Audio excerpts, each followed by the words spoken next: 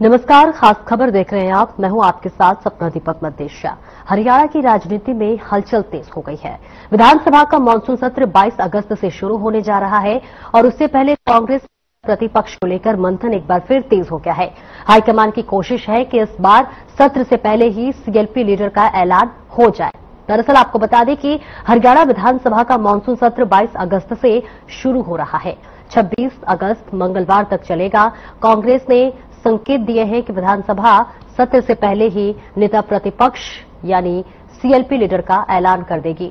इसके लिए कांग्रेस में विधायक दल का नेता चुनने के लिए 5 नामों पर चर्चा चल रही है। कांग्रेस के प्रदेश प्रभारी बीके हरिप्रसाद का कहना है कि कांग्रेस हाईकमान पूरा प्रयास कर रहा है कि हरियाणा में सीएलपी लीडर बना दिया जाए।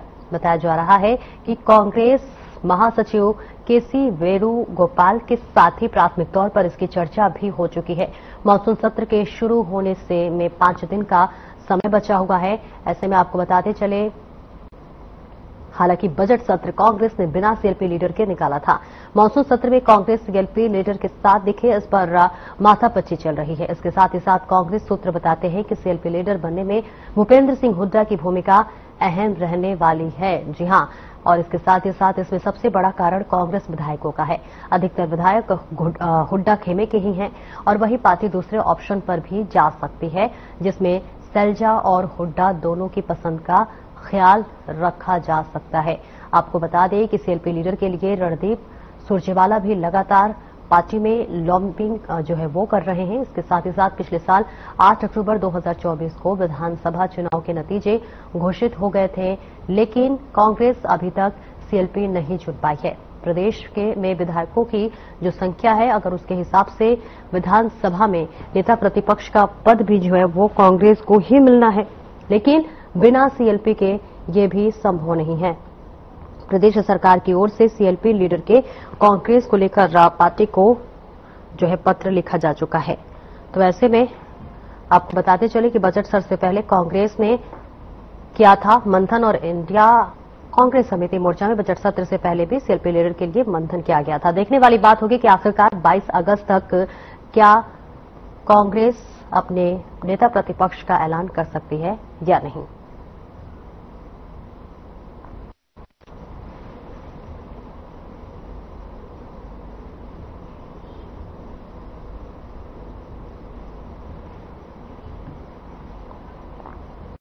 और करेंगे इसी पर चर्चा। हमारे खास मेहमान जुड़ रहे हैं, बीजेपी से प्रवक्ता रामराजेश शर्मा हमारे साथ जुड़ रहे हैं। सर, बहुत बहुत स्वागत है आपका।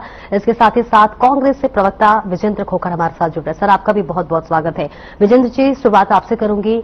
22 अगस्त से पहले कांग्रेस जो है अपने नेता प्रतिपक्ष को चुन लेगी। ऐसे में सवाल ये है कि क्या ये गारंटी है, क्या इस पर मोहर लग जाएगी कि कांग्रेस अब अपने जो नेता प्रतिपक्ष का ऐलान कर देगी। इसके साथ ही साथ आप ये भी बताइए कि 22 अगस्त से मानसून सत्र भी शुरू हो रहा है, कौन कौन से मुद्दे हैं जिसको लेकर आप बीजेपी सरकार को घेरेंगे।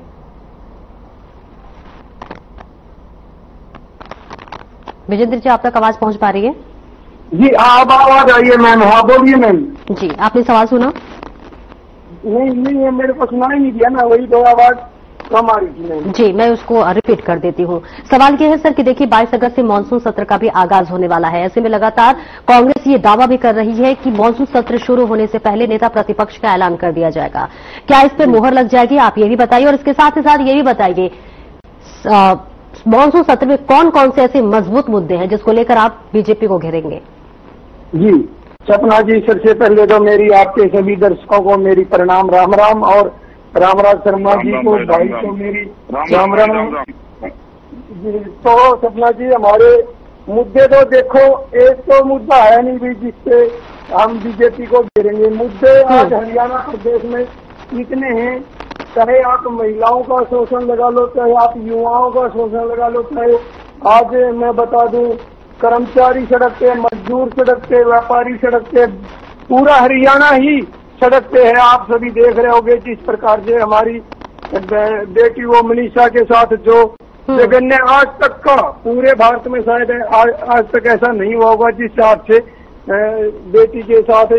लेकिन कई बार अब प्रशासन दबाव में जो एसपी बदले गए और दूसरे एसपी की जिम्मेवारी लगाई गई, तो ये दिखाता है कि जो एसपी ये लगाए गए। अब इन पे पहले ही महिला कर्मचारियों ने आरोप लगाए थे कि ये शोषण करते हैं, सुंदर सुंदर कर्मचारियों को बुलाते हैं और उनका शोषण करते हैं। ये उनके आरोप में भी ट्रांसफर पहले हो चुकी है इन एसपी की। तो मैं नहीं ये कहता कि इन्होंने बिल्कुल सही तरीके से जांच करी होगी, सरकार के दबाव में इन्होंने जांच करी है। और क्योंकि जो मनीषा जी हैं, बेटी थी हमारी, उनके दादाजी और पिताजी ने भी कह दिया, उनके दादाजी रो रहे हैं कि हमारे पे दबाव डाला जा रहा है, बिल्कुल फूट फूट के रो रहे हैं कि हमारे पे दबाव डाला जा रहा है, धक्के से संस्कार किया जा रहा है, वो दबाव में है और सरकार इससे पल्ला झाड़ना चाहती है। और कल भी मैं बता दूं, परसों भी जींद के अंदर एक 13 साल की बेटी थी, एक 10 साल की बेटी, जब नाबालिग बेटियों के साथ, चाहे वो आप मैं कह नहीं सकता ये सभा दे, क्योंकि मेरे को कहने में भी शर्म आती है, जब हमारी 5 साल की, 7 साल की, 8-10 साल की बेटियों के साथ भी रेप होते हैं, तो उसमें हमारे प्रदेश की कानून व्यवस्था क्या होगी, देश की कानून व्यवस्था क्या होगी। घेरने को अब इनके खुद अधिकारी भ्रष्टाचार में पकड़े भी जा रहे हैं। इनकी सरकार को 11 साल हो गए, आज तक इन्होंने एक भी कर्मचारी पे, एक भी अधिकारी पे किसी पे लगाम लगाने का काम नहीं किया। कानून व्यवस्था आज हरियाणा प्रदेश में बद से बेहतर है। यूपी की कानून व्यवस्था खराब बताई जाती थी, लेकिन आज हमारा हरियाणा नंबर 1 पे आ गया है कानून की। जो सबसे घटिया व्यवस्था है वो कानून की। आज चोर, लुटेरे, बदमाश, नशा, मैं कह रहा हूँ दिन प्रतिदिन गोलियां चलती हैं, बहन बेटियों के साथ अत्याचार होते हैं। परसों भी कोई दिन ऐसा नहीं जाता इस हरियाणा प्रदेश में मर्डर ना होता हो, गोली ना चलती हो, व्यापारियों को फिरौती ना मांगी जा रही हो। कानून व्यवस्था, ये हमारे चौधरी भूपेंद्र सिंह हुड्डा जी ने भी कहा है कि कानून व्यवस्था बिल्कुल जीरो हो चुकी है। हुड्डा साहब जी आए जो 6 महीने के अंदर सभी बदमाशों को हरियाणा प्रदेश से या एनकाउंटर करवा दिया था या भगा दिया था। बिल्कुल उन्होंने बाकी के जो 9 साल निकाले, बिल्कुल कोई धरना प्रदर्शन किसानों का नहीं हुआ, किसी बेटियों पे अत्याचार नहीं हुआ, कोई कर्मचारी ने कोई धरना प्रदर्शन नहीं किया, बहन बेटियों के साथ कोई। ठीक है, यानी महिला सुरक्षित नहीं है, बेरोजगार लगातार बढ़ रहा है, कई सारे आपके मुद्दे हैं। रामराज जी, कितनी तैयार है सरकार ये जवाब देने के लिए, बता दीजिए। देखो, मैं आपको बताना चाहूंगा, जैसा कि आपको मालूम है 22 तारीख से हमारा विधानसभा सत्र, मानसून सत्र शुरू हो रहा है और मेरा विपक्ष वाले एमएलए साहिबान से भी विनम्र आग्रह है, सरकार आपके प्रश्नों का उत्तर देने के लिए और जो आप समस्याएं लेंगे उसका समाधान करने के लिए तैयार है। माननीय मंत्रीगण वहां मौजूद रहेंगे, माननीय मुख्यमंत्री जी मौजूद रहेंगे और आप शोर शराबा मचाने की बजाय आप अपने क्षेत्र की समस्याओं का समाधान कराएं और तैयारी के साथ आएं और व्यर्थ में शोर शराबा करके सदन का समय खराब ना करें। ये तो है आपके टॉपिक के ऊपर बात। अब मैं इनका कांग्रेस के प्रवक्ता हमारे भाई साहब का मैं जवाब देना चाहूंगा। इन्होंने बात की भ्रष्टाचार के ऊपर, लॉ एंड ऑर्डर पे। ये नायक सैनी का हरियाणा है लाडले, उद्देश्य है, नैन एजेंडा है अपराध मुक्त हरियाणा, नशा मुक्त हरियाणा और भ्रष्टाचार मुक्त हरियाणा। भ्रष्टाचार की जहां तक बात है, हमारी सरकार ने बहुत बड़े बड़े अधिकारी और नेतागण उनको पकड़ के अंदर दिया है। माननीय मुख्यमंत्री जी का स्पष्ट आदेश है एंटी करप्शन सेल को कि भ्रष्टाचारी चाहे कितना भी बड़ा हो, चाहे अधिकारी हो, कर्मचारी हो, नेता हो, अभिनेता हो, कोई भी हो, इसे कोई समझौता नहीं है। 0 टॉलरेंस की नीति पर हमारी सरकार चल रही है और ऐसे ही नशे के खिलाफ और ऐसे ही अपराध के खिलाफ माननीय मुख्यमंत्री जी समय समय पर उच्च अधिकारियों की मीटिंग लेते रहते हैं और पीछे भी उन्होंने समीक्षा बैठक की थी जिसमें माननीय मुख्यमंत्री जी स्वयं थे और हमारे चीफ सेक्रेटरी साहब, ACS home, CID chief, DGP और मुख्यमंत्री जी के प्रधान सचिव और सारे आईजीज रेंज के एसपी और पुलिस कमिश्नर, अन्य वरिष्ठ अधिकारीगण वहां मौजूद थे। उन्होंने समीक्षा बैठक में हर एक से पूछा गया और इससे ये बात निकल के सामने आई, अपराध के आंकड़ों में कमी आई है और उन्होंने स्पष्ट आदेश कर रखा है, पुलिस को खुली छूट दे रखी है और उन्होंने कहा भी है अपराधियों या तो हरियाणा छोड़ दो या अपराध छोड़ दो या परिणाम भुगतने के लिए तैयार रहो। मैंने पुलिस को खुली छूट दे रखी है और हमारी पुलिस को अपराधियों से निपटना आता है। ऑन द स्पॉट पुलिस निर्णय ले सकती है, जिससे उससे क्या हुआ, इसका रिजल्ट क्या हुआ, अपराध के आंकड़ों में कमी आई और इनकाउंटर भी हुए और अपराधियों की गोलियां भी लगी और अपराधी पकड़े भी गए हैं। और दूसरा मैं आपको बताना चाहूंगा, भाई ने हमारी बेटी मनीषा का जिक्र किया, तो वहां पे रिपोर्ट आ गई है, एसपी भिवानी की स्टेटमेंट भी आ गई है और शुरू में जिन कर्मचारियों ने कोताही बरती उनको निलंबित किया जा चुका है और उनके खिलाफ विभागीय कार्रवाई की जा रही है और बहुत इंटेलिजेंट और उच्च कोटि के प्रशासक बड़े अनुभवी एसपी वहां भिवानी में लगाए गए हैं और जहां तक बात है उसके परिवार को विश्वास में लेकर जांच आगे बढ़ रही है और जो कमेटी बनाई है उस कमेटी को विश्वास में लेकर जांच आगे बढ़ रही है और उसमें बिटिया का सुसाइड नोट भी आ गया है और जहां से कीटनाशक पदार्थ हमारे उसमें बिटिया ने खरीदा उसको भी हिरासत में लिया गया है, उस दुकानदार को भी, वहां भी एंट्री है और फिर भी पुलिस हर पहलू पर जांच कर रही है, हर एंगल से जांच कर रही है।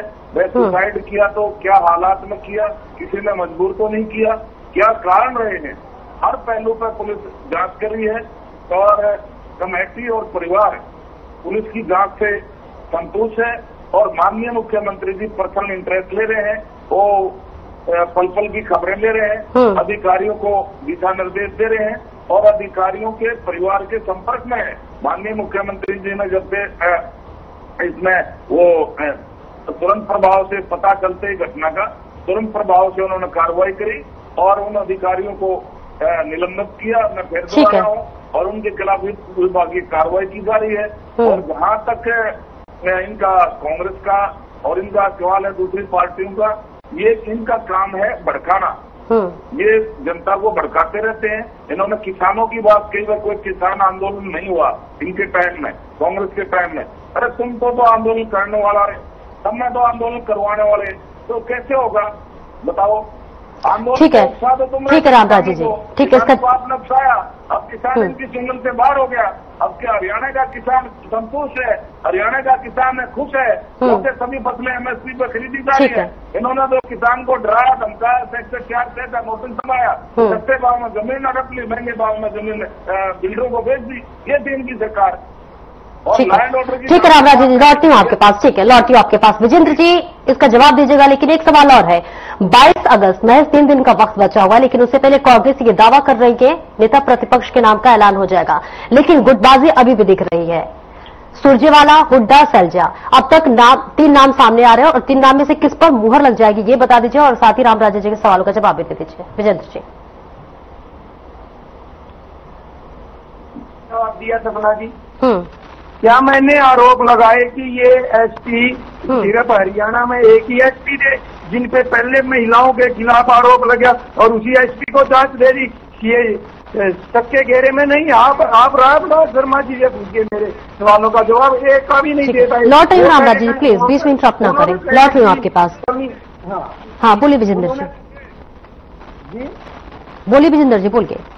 हाँ देखिए सपना जी, मेरे एक भी सवाल का जवाब नहीं दे पाए इन्होंने। नहीं उन्होंने तो बताया, नहीं उन्होंने बताया तो था, उन्होंने बताया तो किसान संतुष्ट है, महिलाएं सुरक्षित है और जो मनीषा बहन है उनकी भी बात का जिक्र उन्होंने किया।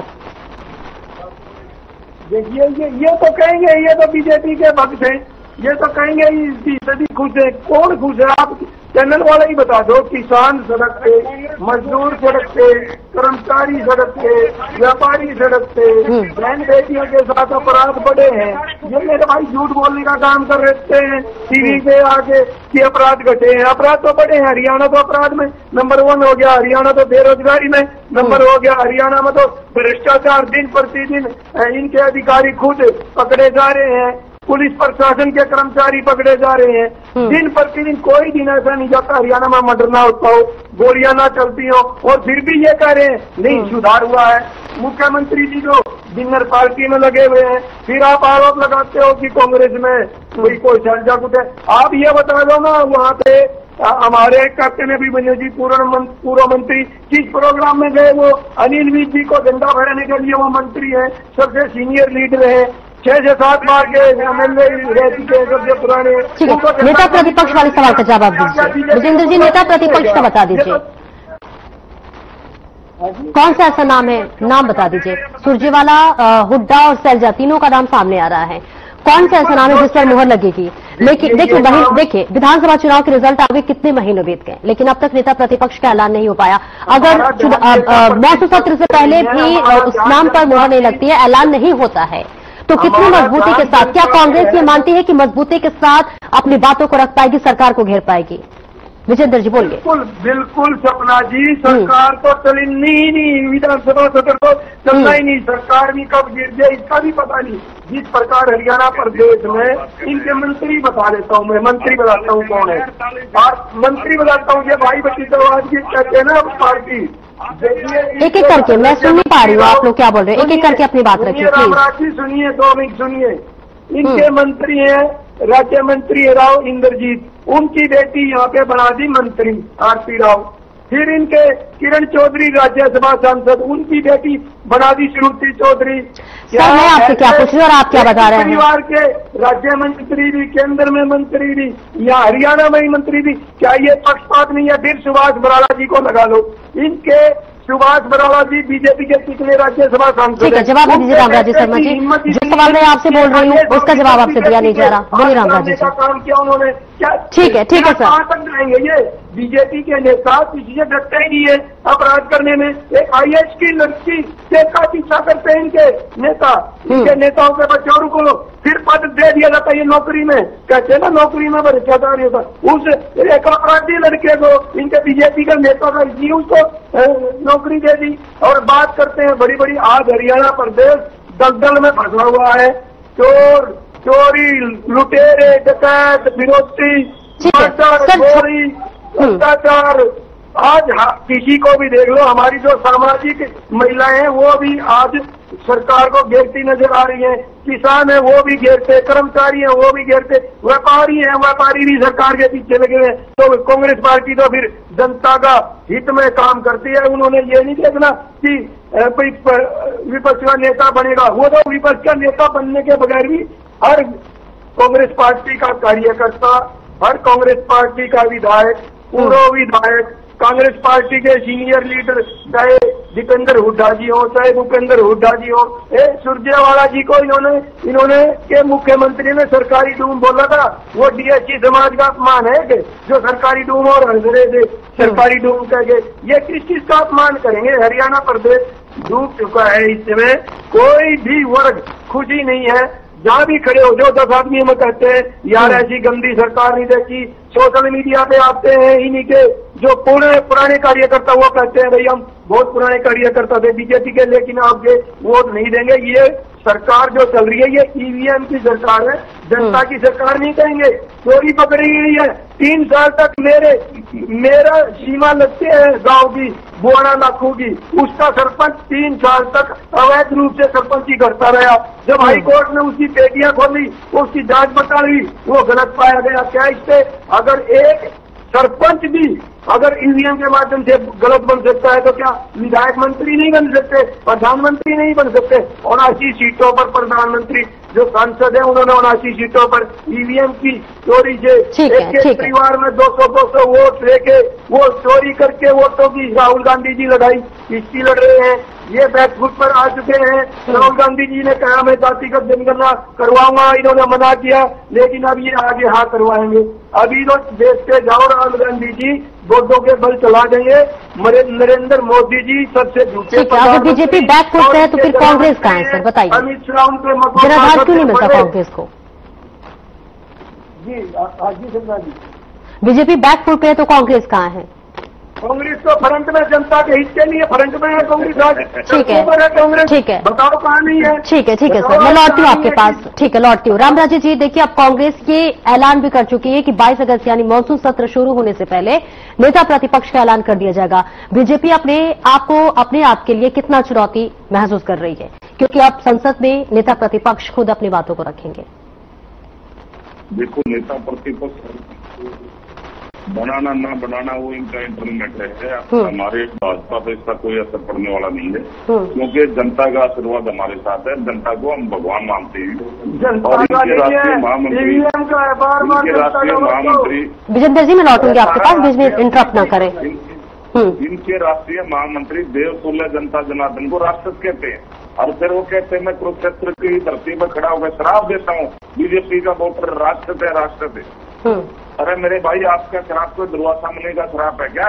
और आपको क्या अधिकार है शराब देने का? जनता तो भगवान है। कल तक आपका वोटर थे, आज हमारा वोटर है। जो जनता की सेवा करेगा जनता उसको आशीर्वाद देगी। शराब देना तो उसको दीजिए जिससे आपको हरियाणा की राजनीति से पार कर दिया, राजस्थान में जाकर आपने एमपी राज्यसभा का चुनाव लड़ना पड़ा। और जहाँ तक सरकार की बात है, इनके एमएलए हैं सेतिया जी, वहाँ से सिरसा से, वो कहते हैं भाइयों मैं भगवान की सौगंध खा के कहता हूँ इतना बढ़िया मुख्यमंत्री ना तो हरियाणा में आया है और ना आएगा। माननीय मुख्यमंत्री जी के बारे में उन्होंने कहा, इनकी नेता है विधायक है शैली चौधरी जी, उन्होंने मुख्यमंत्री जी की तारीफ करी। और इनके रतिया से विधायक है सरदार जी, उन्होंने तारीफ करी। और इनके एक नेता है जो एमएलए का चुनाव लड़ा, शमशेर गोगी जी, वो कहते हैं भाई मैं तो भूपेंद्र हुड्डा ना आया हूँ। और एक पत्रकार पूछने लगा, अरे गोगी जी आपकी सरकार में घोटाले बहुत हुए हैं। उसने कहा बिना घोटालों की सरकार चलती है क्या? उसने पूछा जब दिल्ली के भाग्य ठीका टूट गया, जब सारा सूद बेच गया सरकार में, ये करेगा भाई? उसने कहा पहले तो अपना घर भरेंगे भाई, फिर अपने सगे संबंधियों का घर भरेंगे, जनता बाढ़ में जाओ बाद में देखेंगे। ये इनकी सोच है। इससे ये दर्शाता है ये जनता के प्रति कितने समर्पित है। नहीं, कांग्रेस तो कह रही है कि जनाधार है हमारे पास, हम फ्रंट पे हैं, लगातार काम कर रहे हैं। जनाधार में बताने तो लग रहा है उनका जनाधार है। इन्होंने ये जो वोट चोरी की बात करें ना, वोट चोरी पंडित जवाहरलाल नेहरू के टाइम से शुरू हो गई थी। सरदार पटेल जी के पास में ज्यादा वोट थे, और फिर भी महात्मा गांधी जी ने पंडित जवाहरलाल नेहरू को प्रधानमंत्री बनाया। वहां से वोट चोरी शुरू हो गई थी। उसके बाद में इन्होंने अम्बेडकर जी को हराया। उसके बाद में इंदिरा गांधी जी ने वोट चोरी करी, उन्होंने इमरजेंसी लगाई और हमारे हिंदू भाइयों का जबरदस्ती पकड़ के नसबंदी कर दी और मुसलमानों को छेड़ा तक नहीं। इससे ज्यादा वोट चोरी क्या होगी? ये चाह रहे थे भारत को इस्लामिक राष्ट्र बनाना। इनका जो झुकाव है, ये भारत को इस्लामिक राष्ट्र बनाना चाहते हैं। अल्पसंख्यक बहुसंख्यक हो जाए और बहुसंख्यक अल्पसंख्यक हो जाए। उसके बाद में इन्होंने झूठ बोला एमपी चुनाव से पहले, संविधान बदला जा रहा है, संविधान बदला जा रहा है, आरक्षण खत्म कराया जा रहा है, आरक्षण खत्म कराया जा रहा है, बहनों के खाता में 1 लाख आएंगे, 8,500 रुपए महीना आएंगे, फटाफट उन्होंने झूठे गारंटी कार्ड तक बहनों को बांट दी। वो बहनों गारंटी कार्ड देने के इनके पीछे पीछे दौड़ रही थी। ये भागे कर रहे थे, ये कहीं हाथ नहीं आ रहे थे। जनता में भारी ठीक है रामराज जी, देखिए समय की भी बहुत कमी है, एक छोटा सा टिप्पणी कर, ठीक है सर, एक छोटी सी टिप्पणी कर दीजिए विजेंद्र जी। चुनाव लड़ा और 48 सीट आई और सेंटर में हमारी सरकार बनी और हरियाणा में हमारी सरकार बनी। ठीक है रामराज जी, देखिए समय की भी बहुत कमी है। ठीक है विजेंद्र जी बोलिए, छोटी सी टिप्पणी कर दीजिए, 1 मिनट। जी मैं टिप्पणी तो मैं यही कहूंगा, मेरे भाई जी कह रहे हैं कि सेतिया साहब कह रहे हैं अच्छा मुख्यमंत्री है। अरे मुख्यमंत्री तो मैं बता दूं आपको, आपके तो विधानसभा सत्र में है जिस प्रकार पिछली बार मैं तो इनके मंत्रियों की कहता हूं कि हमारी चिंता ना करें, आप अपने मंत्री और विधायकों को समझा के ले जाएं। पीछे आपके इतने सीनियर दादाराम कुमार गौतम जी ने कहा था कि ये मेरे रिश्तेदार के 20 लाख रुपए खा गया। अरविंद शर्मा जो मंत्री बना रखा आपने, अरविंद शर्मा ने कहा ये 10 किलो गोबर खा गया। अरे इसी भाषा से विधानसभा सत्र में बचना दिया अपने विधायकों और मंत्रियों को समझा के भेजना मेरे भाई। और आपकी अर्चना गुप्ता, सुन लीजिए रामराज जी, सुन लीजिए। सुनिए, रामराज जी सुन लीजिए। आपकी प्रदेश महामंत्री अर्चना गुप्ता जी ने बयान दिया कि नायब सिंह सैनी जी ने तो भूपेंद्र हुड्डा की गर्दन काट दी। अरे मेरे भाइयों, क्या यही बयानबाजी करोगे क्या? आपके इतने सीनियर लीडर हैं, बोलने तक की तमीज नहीं है। विधानसभा में क्या बोलना, जनता के बीच में क्या बोलना, शर्म आनी चाहिए। आपके जो प्रदेश अध्यक्ष मोहनलाल बड़ौजी जी, उन पे आरोप लगे। ठीक है, मेरे भाई कितने ठीक है विजेंद्र जी, ठीक है, ठीक है। हमें इंतजार रहेगा 22 अगस्त से पहले कि नेता प्रतिपक्ष का नाम ऐलान होता है नहीं। अब्दुल का बहुत बहुत शुक्रिया इस खास चर्चा में जुड़ने के लिए। तो देखिए 22 अगस्त से विधानसभा जो है मानसून सत्र का आगाज होने वाला है और ऐसे में लगातार कांग्रेस ये दावा भी कर रही है कि 22 अगस्त से पहले नेता प्रतिपक्ष का नाम का ऐलान भी हो जाएगा। तमाम मुद्दों को लेकर सरकार को घेरने वाली है। फिलहाल दिलचस्प होगा जानना कि आखिरकार वो नाम कौन होगा, क्योंकि नाम में कई सारे नाम इस वक्त जो है दौड़ में है। चाहे सलजा की बात करें, हुड्डा की बात कर ले या फिर सुरजेवाला की, आखिर वो कौन सा नाम होगा, जानना दिलचस्प होगा। फिलहाल इस चर्चा में इतना ही। नमस्कार।